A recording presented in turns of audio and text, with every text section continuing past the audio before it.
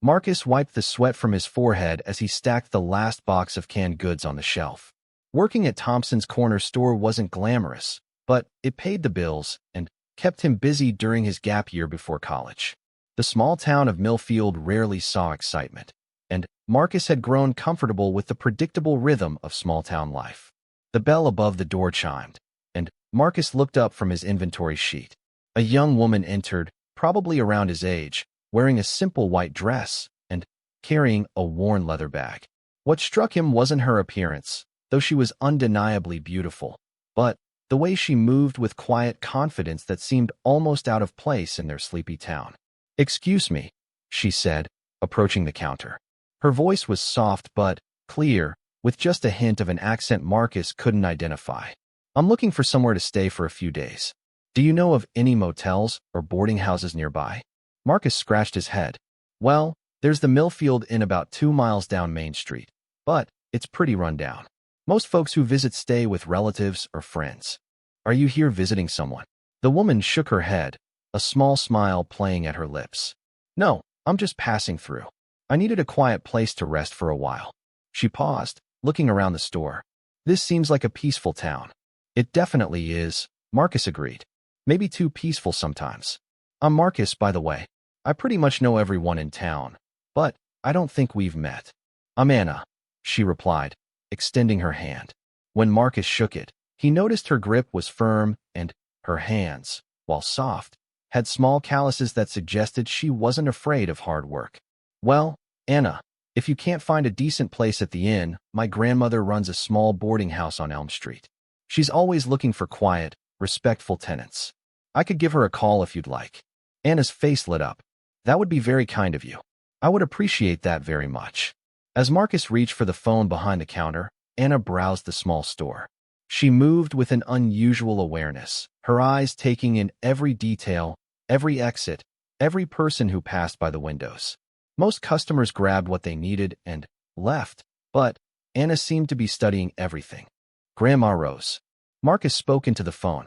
"Yeah, it's Marcus. I have a young lady here looking for a place to stay for a few days. She seems very nice and respectful." He covered the receiver and whispered to Anna. "She wants to know how long you might be staying." "I'm not entirely sure," Anna answered honestly. "Perhaps a week, maybe longer. It depends on a few things." Marcus relayed the information and nodded as his grandmother responded. "She says she'd be happy to meet you.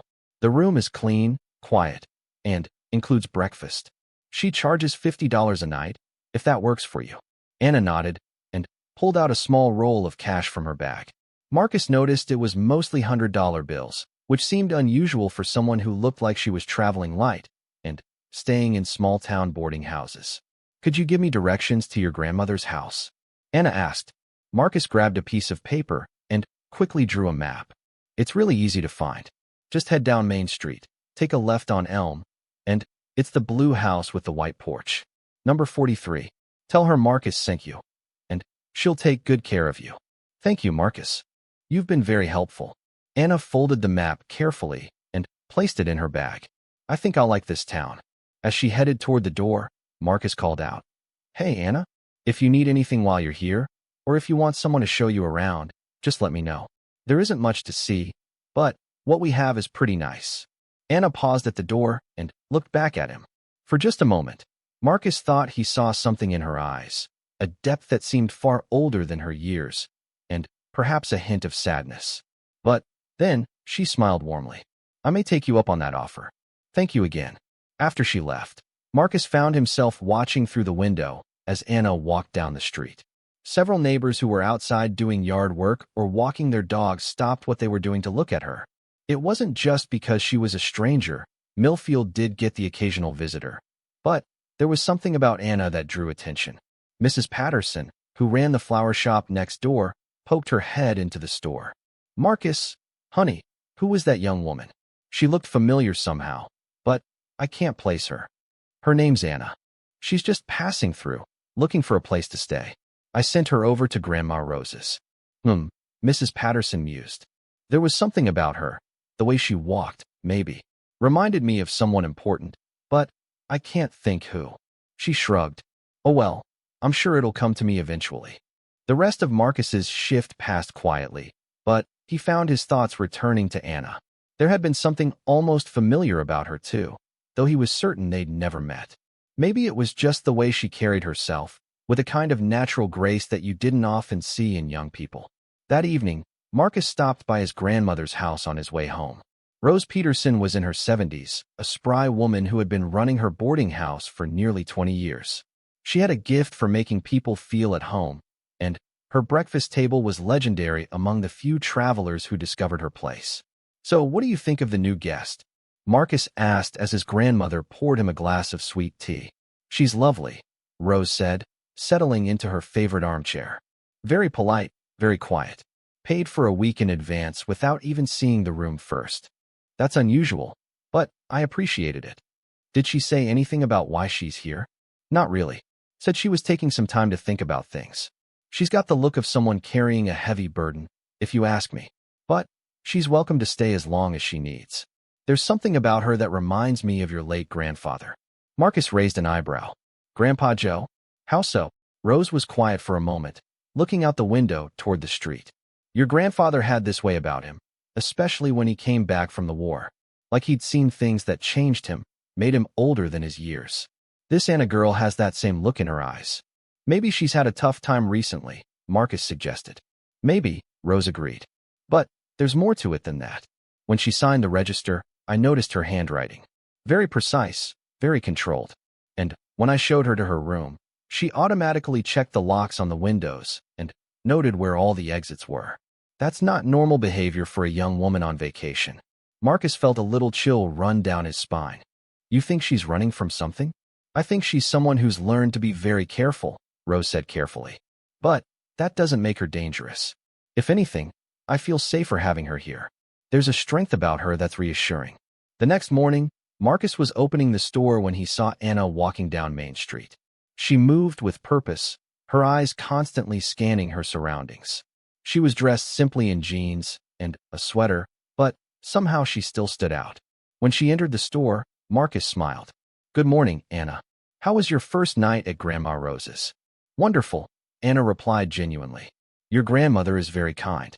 The room is perfect, and breakfast was incredible. She's pretty proud of those blueberry pancakes," Marcus said. "So what brings you out so early?" "I wanted to explore the town a little, get familiar with the area."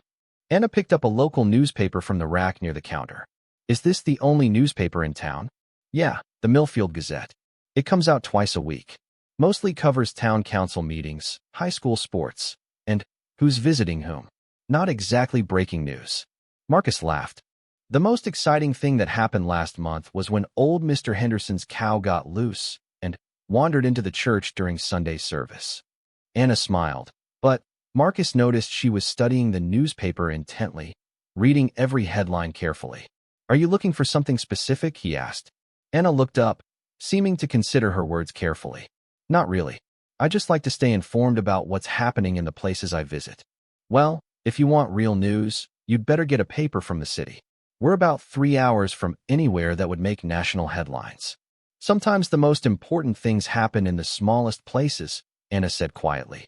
Before Marcus could ask what she meant, the bell chimed again, and Tom Bradley, the town sheriff, walked in.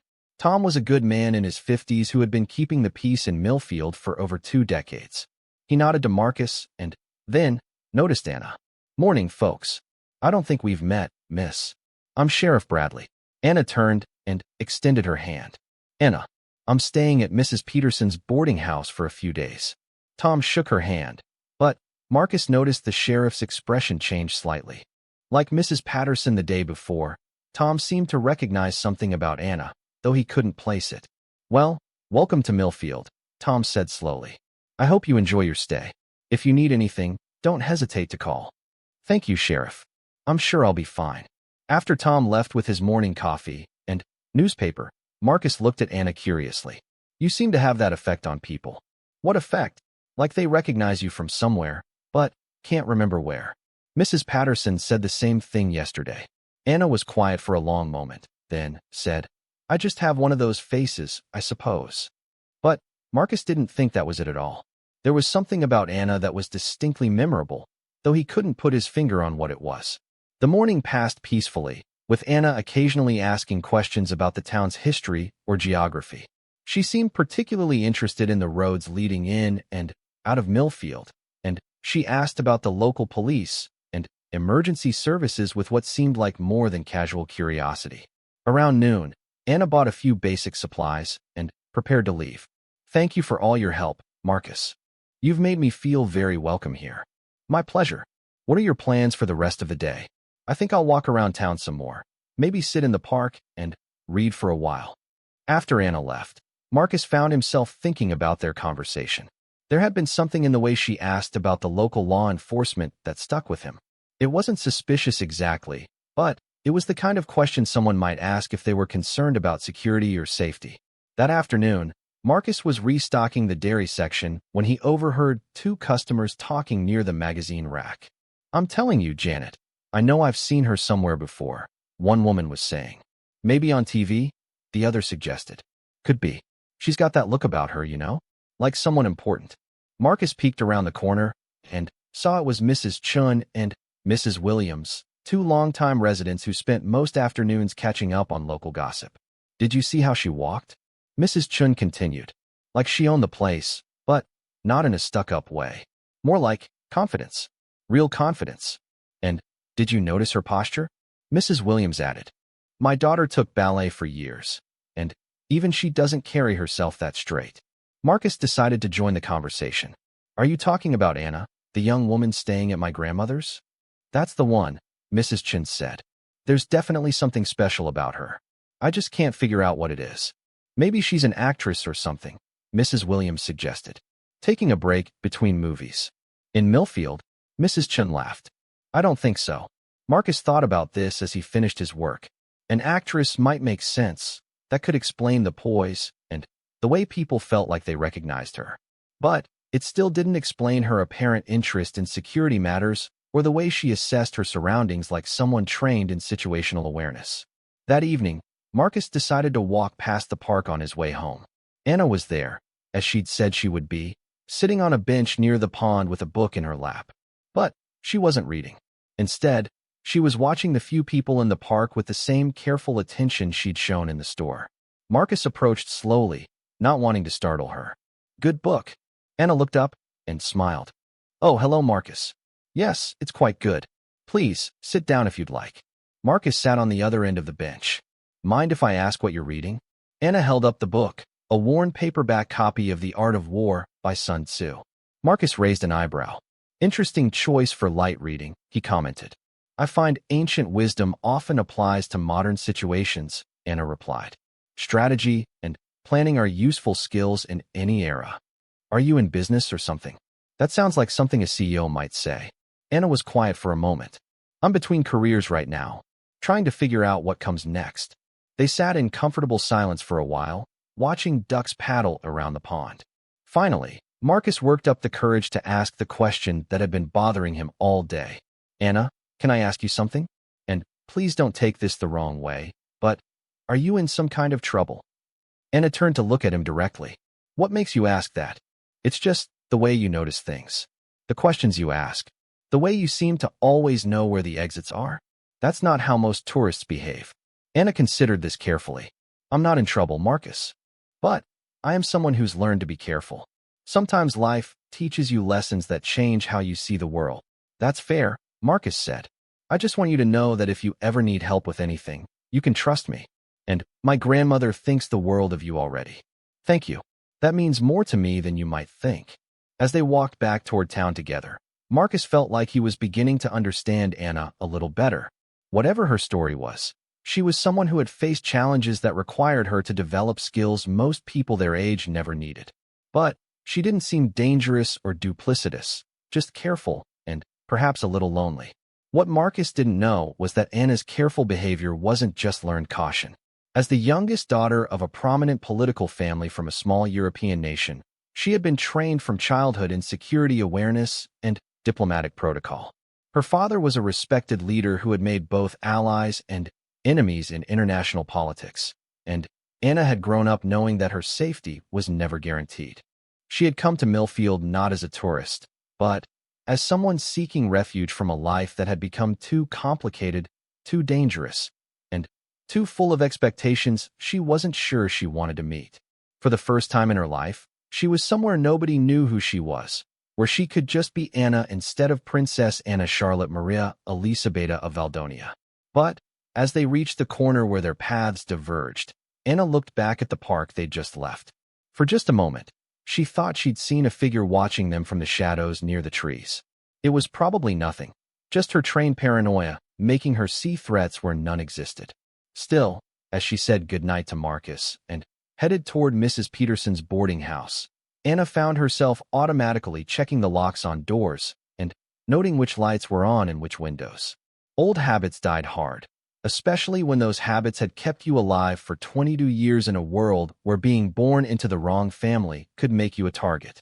3 days had passed since Anna's arrival in Millfield, and the quiet routine of the small town had begun to feel like the normal life she'd always wondered about.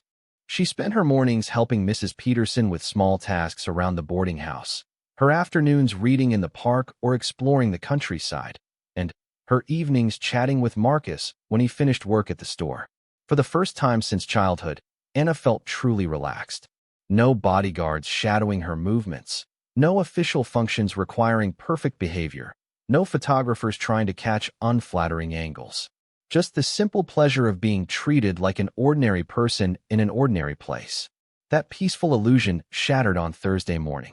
Anna was walking to the store to buy some fruit when she noticed a black sedan parked across from Mrs. Patterson's flower shop.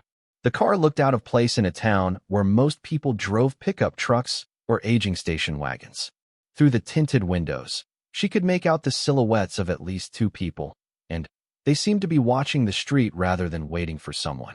Anna's pulse quickened, but she forced herself to maintain her casual pace. She had learned long ago not to run unless she was certain of the threat. Sometimes suspicious cars were just lost tourists or traveling salesmen. But when she entered the store, Marcus immediately noticed her tension. "Everything okay?" he asked, looking up from the register where he was counting the previous day's receipts. "I'm not sure," Anna said honestly. "There's a car outside that seems unusual for this area."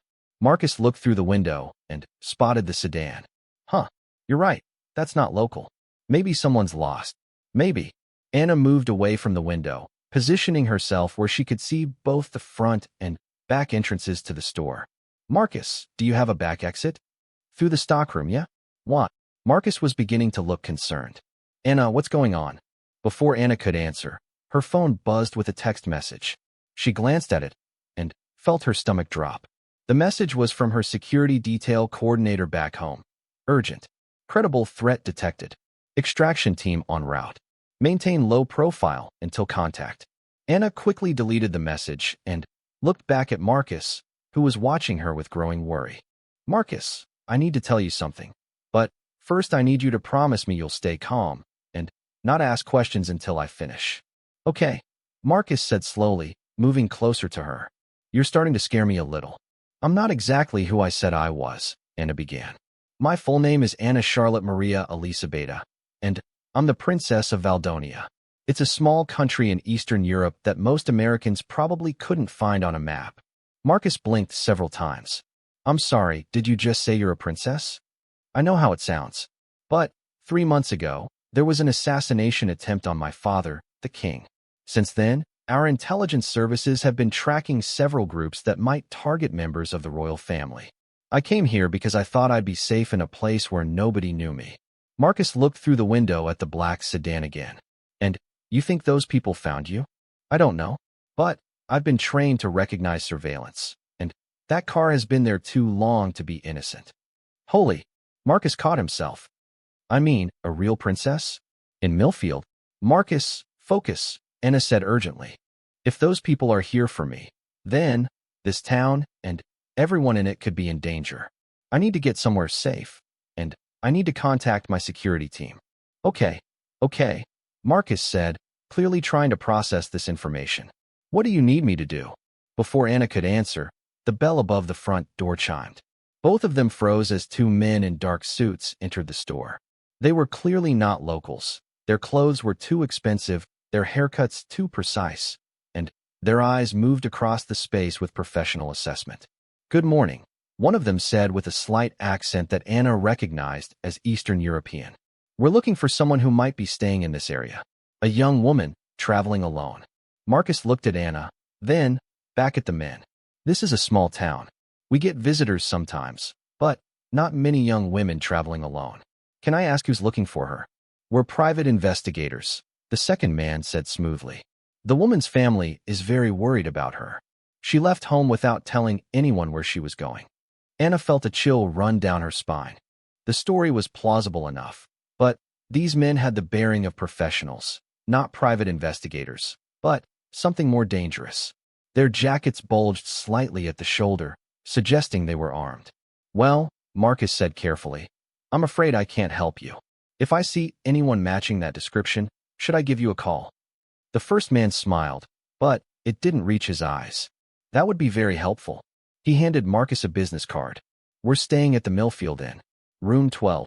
After the men left, Anna and Marcus waited several minutes before speaking. Those weren't private investigators, Anna said quietly. No kidding. The one guy had a gun. Marcus was pale but trying to stay calm. Anna, what exactly is happening here? I think someone tracked me here, but I don't know who or how. My security team sent a message saying they were sending an extraction team, but those men came first. Extraction team? People trained to get me out of dangerous situations, Anna explained. But if hostile forces found me first, then my extraction team might be walking into a trap. Marcus ran his hands through his hair. This is insane. Yesterday, my biggest worry was whether we had enough milk in stock. Marcus, I'm sorry. I never meant to bring danger to your town. I thought I could just disappear for a while, be normal for once in my life. Hey, Marcus said, moving closer to her. Don't apologize for wanting a normal life. But we need to figure out how to keep you safe. Anna's phone buzzed again. This time it was a call from an unknown number with an international prefix. Anna hesitated, then answered. Anna. The voice belonged to Captain Henrik Larsson, her father's head of security. Henrik, thank God. Are you here? My advance team landed 2 hours ago. We're en route to your location, but we've identified at least 3 hostile operatives in the area. You need to move to a secure location immediately. There were 2 men here asking questions.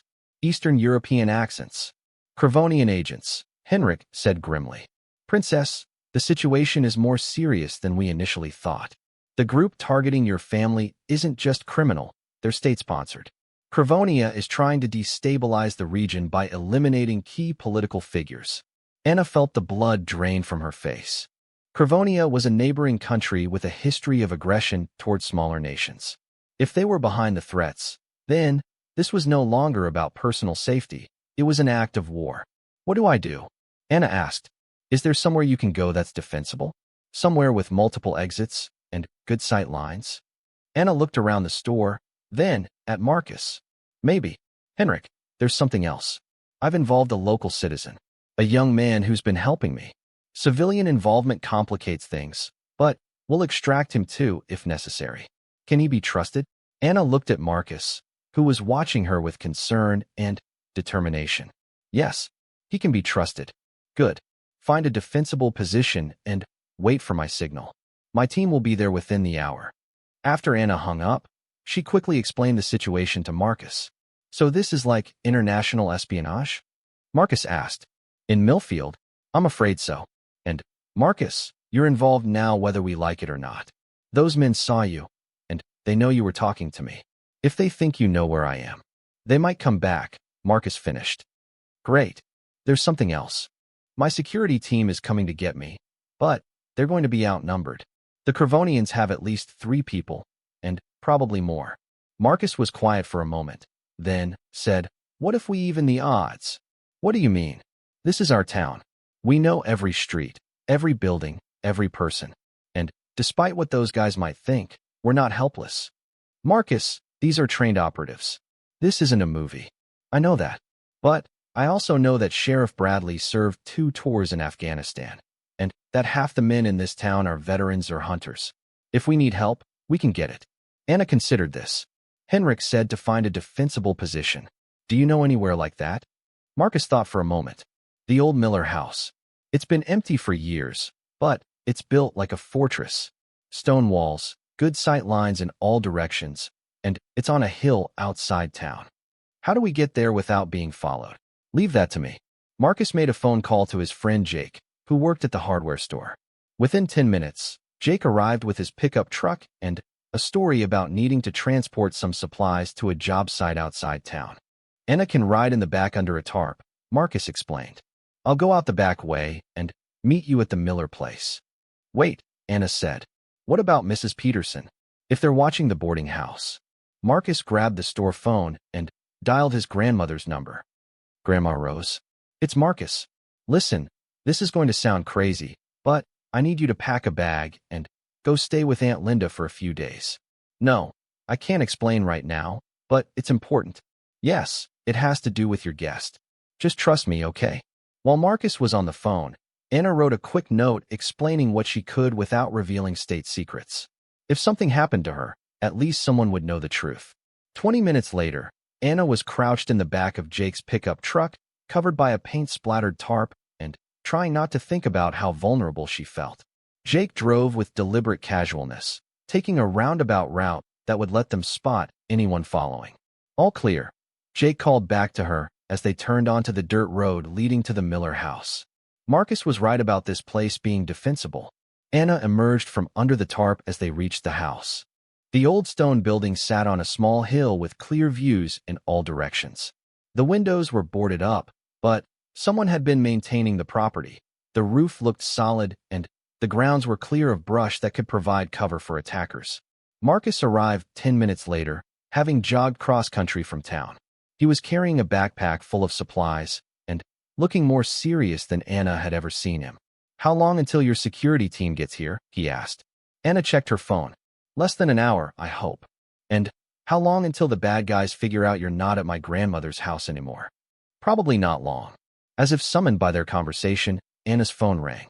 The caller ID showed Henrik's number. Princess, we have a problem, Henrik said without preamble. The Crevonians have more people than we thought. At least 6 operatives, possibly more. And they've started asking questions in town. How many people are on your team?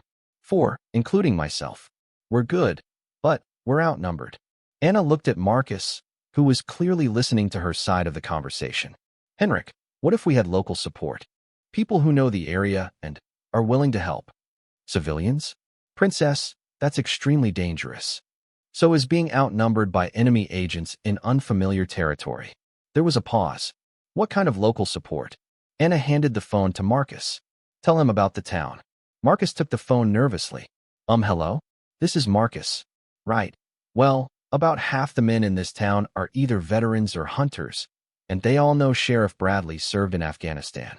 No, sir, they're not trained soldiers, but they know this area better than anyone. Yes, sir, I understand the risks. Marcus handed the phone back to Anna. He wants to talk to Sheriff Bradley. Anna felt a surge of hope. If they could get the local law enforcement involved, they might actually have a chance. Henrik, can you coordinate with the sheriff while staying hidden? The Crevonians might be watching the police station. I can handle that. Princess, I have to ask, are you certain about trusting these people? Your safety depends on it. Anna looked at Marcus, who had spent the last hour helping her without question, despite learning his quiet life had just been turned upside down. Yes, she said firmly. I'm certain. After Henrik hung up to contact Sheriff Bradley, Anna and Marcus set about preparing the old house as best they could. They cleared debris from the windows to improve sight lines, identified all the exits, and positioned furniture to provide cover. Anna, Marcus said as they worked, can I ask you something? Of course. When this is over, what happens? Do you go back to being a princess? Anna paused in her work. I don't know. 3 days ago, I thought I wanted to give up my title and live a normal life. But now, seeing how people like you and your grandmother and Sheriff Bradley are willing to help a stranger, maybe there's value in being someone who can protect people like that. You mean like a leader? Maybe. Or maybe I just mean like someone who doesn't run away when things get difficult. Their conversation was interrupted by the sound of a car approaching. Anna grabbed Marcus's arm, pulling him away from the windows. Is that them? Marcus whispered. Anna listened carefully to the engine sound. Wrong type of car. Henrik drives a tactical vehicle, not a sedan. They watched through a crack in the boarded windows as the black sedan from town slowly drove past the house. It didn't stop, but Anna could see the occupants scanning the building carefully. "They found us," Anna said. "How?" "Doesn't matter now. We need to contact Henrik immediately."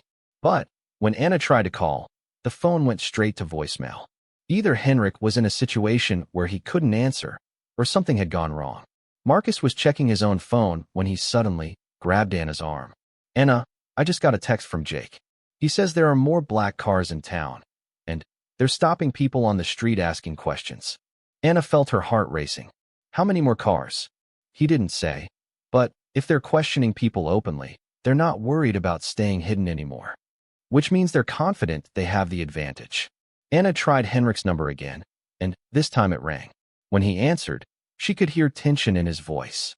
"Princess, where are you?" "At the location we discussed. The hostiles just did a drive-by." "We know. We're watching them from the woods about half a mile from your position." "But, Princess, there's something else. They've taken Sheriff Bradley." Anna felt her stomach drop. "What do you mean, taken?" "They grabbed him outside the police station 20 minutes ago. We think they're using him as leverage to force you to surrender."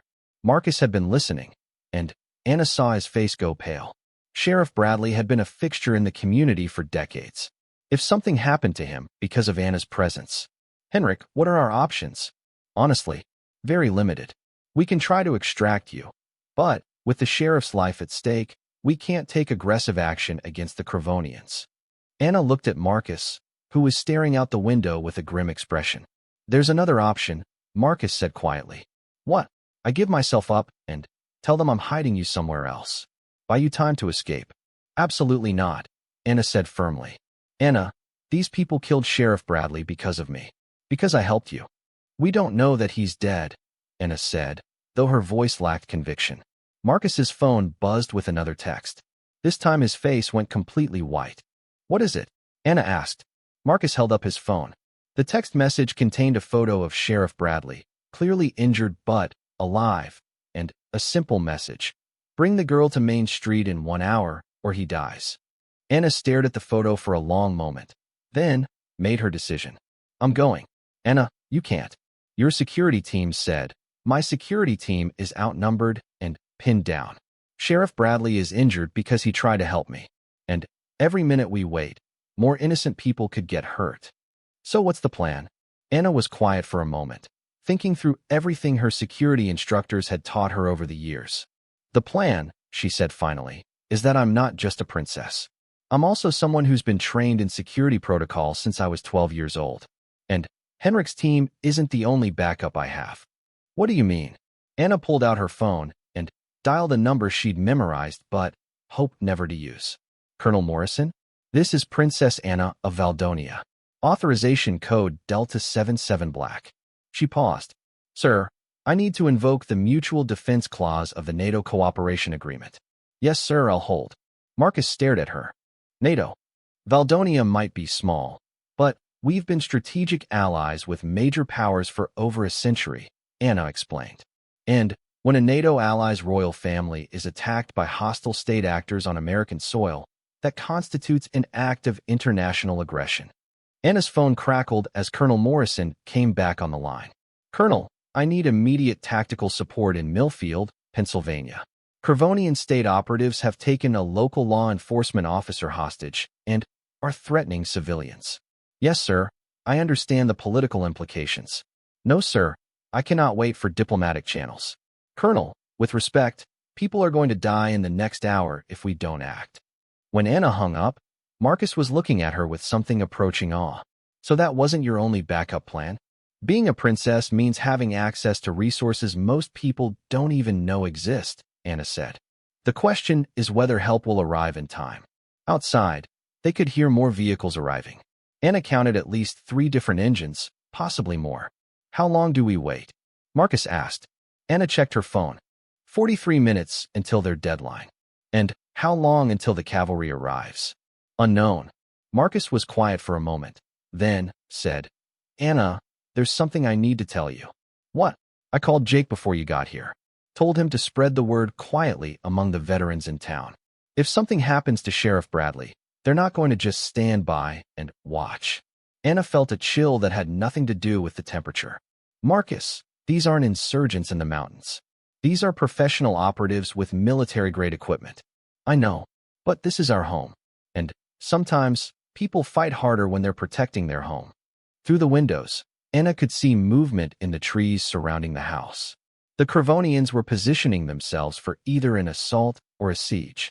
She tried Henrik's number one more time. Princess, Henrik's voice was strained. They've got us pinned down. We can see your position, but we can't reach you without exposing ourselves. Henrik, in 35 minutes I'm going to walk out of this house. Princess, no.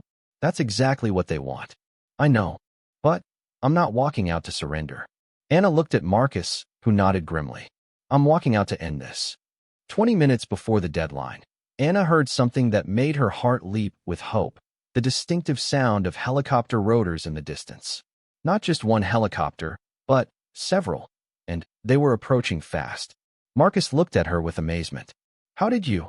I told you, Anna said with the first genuine smile she'd felt in hours. Being a princess has its advantages. Through the boarded windows, they could see the Crevonian operatives scrambling to new positions. Whatever they had expected, it wasn't military aircraft arriving on the scene. Anna's phone rang. It was Colonel Morrison. Princess, this is Colonel Morrison. We have 3 UH-60 Blackhawks approaching your position with a full tactical team. Additionally, we've got General Patricia Hayes from NATO Joint Command, General Robert Kim from U.S. Special Operations, and General Michel Dubois from EU Defense Initiative, all personally overseeing this operation. Anna felt her knees go weak. 3 generals. For her. The political implications were staggering. This incident had just escalated to the highest levels of international military command. Colonel, what are the rules of engagement? Princess, the Crevonian operatives are now considered enemy combatants on U.S. soil. They have exactly one opportunity to surrender before we treat this as an invasion. Through the windows, Anna could see the helicopters now, 3 Black Hawks in military formation, approaching the town of Millfield like something out of an action movie.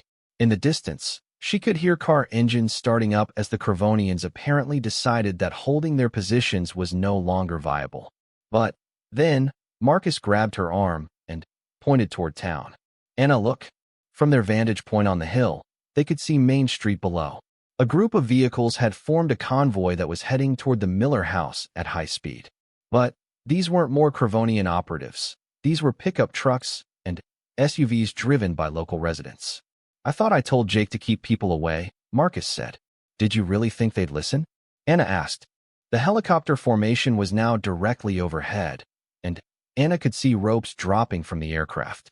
Within seconds, heavily armed soldiers in tactical gear were fast roping down to positions around the house. Anna's phone rang again. This time it was Henrik. Princess, the cavalry has arrived in a very big way.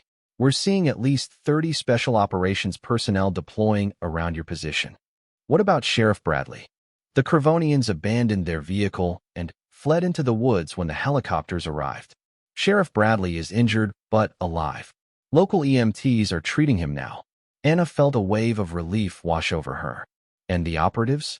Some of them are trying to escape cross-country, but they're not going to get far. The generals apparently don't appreciate foreign agents taking hostages on American soil. There was a sharp knock on the door of the Miller house, followed by a voice with a crisp military bearing. Princess Anna, this is Captain Williams, U.S. Special Operations. Please identify yourself and state your condition. Anna looked at Marcus, who still seemed to be processing the fact that their quiet town was now the center of an international military operation. I'm going to open the door, she told him. Princess Anna, Captain Williams said as she emerged from the house. I'm here on direct orders from General Hayes. Are you injured? No, I'm fine. But there's a civilian with me who's been helping. Marcus emerged from the house, looking around at the tactical teams positioned throughout the property with obvious amazement. Sir, Captain Williams said to Marcus, I'm going to need you to remain with us until we've secured the area and debriefed all civilian personnel. That's fine, Marcus said. I'm not going anywhere until I know everyone's safe. One of the soldiers approached Captain Williams. Sir, we've got movement from town. Civilian vehicles approaching. Through the trees, Anna could see the convoy of local residents that Marcus had spotted earlier.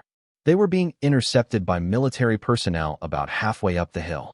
Captain, Anna said. Those people are locals who were trying to help. They're not threats. Captain Williams spoke into his radio, then nodded. Princess, General Hayes would like to speak with you directly. A few minutes later, Anna found herself in a surreal situation, standing in the yard of an abandoned house in rural Pennsylvania, talking on a secure satellite phone with one of NATO's highest-ranking commanders. Princess Anna, General Hayes said, her voice crackling slightly through the encryption. I apologize that it took an international incident to properly introduce myself. I'm General Patricia Hayes, NATO Joint Command. General, I can't thank you enough for responding so quickly. Princess, what happened here today represents a serious escalation in Crevonian aggression. Taking hostages on U.S. soil crosses every line of international law. What happens now? Now, we make sure this never happens again. The President has been briefed, and he's personally instructed me to ensure your safety. Additionally, we're implementing new security protocols for royal family members traveling in allied nations. Anna looked around at the military personnel securing the area, then at Marcus, who was giving a statement to an intelligence officer. General, there's something important I need to tell you. The local population here, they were willing to risk their lives to help me, even though they barely knew me. That says something about the character of the American people that I think our intelligence services should note. Agreed, Princess. From what I'm hearing, several local veterans were prepared to engage the Crevonian operatives directly. That's either very brave or very foolish. Maybe both, Anna said with a small smile. Over the next hour, Anna watched as the quiet town of Millfield was transformed into a staging area for one of the most unusual international security operations in recent memory. Military vehicles replaced farming equipment on the rural roads, and soldiers with advanced communications equipment set up temporary command posts in locations that had probably never seen anything more dramatic than a high school football game. Henrik finally appeared, looking relieved but exhausted. Princess, I owe you an apology. My team was not prepared for the scale of the threat we faced. Henrik, you couldn't have known that Crevonia would commit this many resources to one operation. Perhaps not, but I should have anticipated the possibility. From now on, your security detail will be significantly expanded. Anna felt a familiar weight settling back on her shoulders. The weight of being someone who needed constant protection, constant vigilance, constant awareness that her life was not entirely her own. Marcus approached as Henrik was speaking. Anna, the intelligence officer said I can go home now. They've accounted for all the hostile operatives. All of them. 6 captured, 2 escaped across the state border, but they're being tracked. The FBI is coordinating with state police to set up roadblocks. Anna nodded, then realized this might be the last time she spoke with Marcus for a very long time. Once she returned to her official life, there would be protocols and security measures that would make casual friendships nearly impossible. Marcus, I want you to know that the last few days, getting to be just Anna instead of Princess Anna, meant more to me than you could possibly understand. Marcus smiled, but Anna could see sadness in his eyes. So this is it. You go back to being royalty, and I go back to stocking shelves? It's not that simple. What happened here today is going to have political ramifications that reach far beyond Millfield. Crevonia just committed an act of aggression against a NATO ally on American soil. That's going to require a response. What kind of response? Before Anna could answer, Captain Williams approached. Princess, General Hayes would like to speak with you again, and she'd like to include the civilian who assisted you. Anna looked at Marcus questioningly. He shrugged and said, I've come this far. 5 minutes later, both Anna and Marcus found themselves on a secure video call with not just General Hayes, but also General Kim and General Du Bois. Anna had participated in high-level diplomatic meetings before, but never under these circumstances. Princess Anna, General Hayes began. We've been discussing the broader implications of today's events with your father's government and with our allies in the European Union. What have you concluded? That this operation represents a new level of Crevonian aggression that requires a coordinated response. We're implementing new security protocols for all royal family members from allied nations, and we're significantly increasing intelligence sharing about Crevonian activities. General Du Bois, speaking with a French accent, added, We're also very interested in the civilian response here today. Mr. Marcus, is it? Your local population showed remarkable organization and courage. Marcus looked uncomfortable being addressed by a three-star general. Sir, we just did what seemed right. When someone threatens one of our own, we stand together. One of your own? General Kim asked. You'd known the princess for 3 days. Doesn't matter, Marcus said simply. She was a guest in our town. That makes her our responsibility. Anna felt her heart swell with pride and affection for this young man who had shown her what real leadership looked like. General Hayes spoke again. Princess, we need to discuss your immediate future. Obviously, returning to Valdonia right now might not be the safest option. What are you suggesting? We'd like you to consider spending some time at one of our secure facilities while we work with your government to neutralize the Cravonian threat. It might be several months before we can guarantee your safety at home. Anna felt her heart sink. Several months in a secure facility meant returning to the isolated, controlled existence she'd been trying to escape. General, may I ask you something? Of course. In your professional opinion, would I be safer if I were better trained to protect myself? There was a pause before General Hayes answered. Princess, are you asking what I think you're asking? I'm asking if there are training programs that would teach me the skills I need to avoid situations like today's. General Kim leaned forward on the screen. Princess, there are very few civilians who would qualify for the type of training you're talking about. I'm not asking as a civilian, Anna said firmly. I'm asking as the heir to a throne who just learned that her enemies are willing to use military-level tactics against her. Anna could see the three generals exchanging glances, even through the video connection. Finally, General Du Bois spoke. Princess, such training would be intensive and dangerous. More dangerous than being helpless while enemy agents hunt me across international borders. Marcus was watching this conversation with fascination. Anna, are you talking about military training? I'm talking about learning how to be someone who can protect the people she cares about, instead of someone who puts them in danger just by existing. General Hayes was quiet for a long moment. Princess, this would be unprecedented. No member of a European royal family has ever undergone special operations training. Maybe it's time to set a precedent. The video call ended with the generals promising to discuss Anna's request with their respective governments and with King Eric of Valdonia. In the meantime, Anna would remain under protective custody at a secure location in the United States. As the military personnel began packing up their equipment and preparing to transport Anna to safety, she walked with Marcus toward the edge of the property where they could have a few moments of privacy. So, Marcus said, military training for princesses. That's not something you hear about every day. Marcus, what happened here taught me something important. For my whole life, I've been protected by other people. But when the people I care about are threatened, I want to be someone who can stand and fight, not someone who has to hide while others take risks for me. That sounds very noble, Marcus said. But it also sounds like you're about to disappear into some kind of super-secret government program. Anna nodded sadly. Probably for a long time. And after that, I go home and help my father rule a country that's clearly facing more serious threats than we realized. They stood in comfortable silence for a moment, watching the sun set over Millfield. In the distance, Anna could see the lights of the town where she'd spent the most normal few days of her life. Anna, Marcus said finally, can I ask you to promise me something? What? Promise me that no matter how much training you get, or how many weapons you learn to use, or how many political responsibilities you take on, you'll remember what it felt like to just be Anna for a few days. Anna felt tears welling up in her eyes. I promise.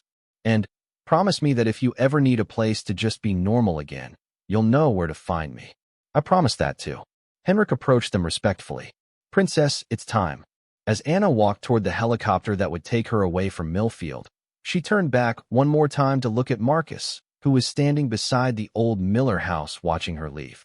In the distance, she could see the lights of Main Street, where Sheriff Bradley was recovering in the hospital and where Mrs. Peterson was probably worrying about her mysterious guest.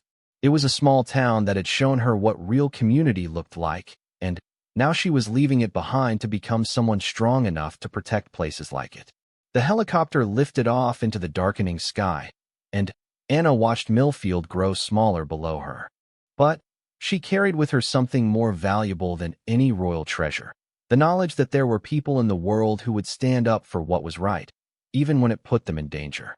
6 months later, Anna would complete the most rigorous security training program ever designed for a civilian. She would return to Valdonia as someone fundamentally changed, not just a princess, but a protector. And, on quiet evenings, when the weight of royal responsibility felt too heavy to bear, she would think about a young man in a small town who had shown her that real strength wasn't about titles or training, but about the willingness to do what was right when it mattered most. The boy who hadn't known who she was, but had helped her anyway. The boy who had taught a princess what it really meant to serve others. Years later, when historians wrote about the Crevonian crisis and its resolution, they would note that it marked a turning point in international security cooperation. But they would probably never know that it also marked the moment when a young woman decided to become worthy of the crown she would someday wear. And in Millfield, Pennsylvania, Marcus would occasionally look up at the sky and wonder if Anna, wherever she was, still remembered the promise she'd made beside an old stone house on a hill. She did. She always would.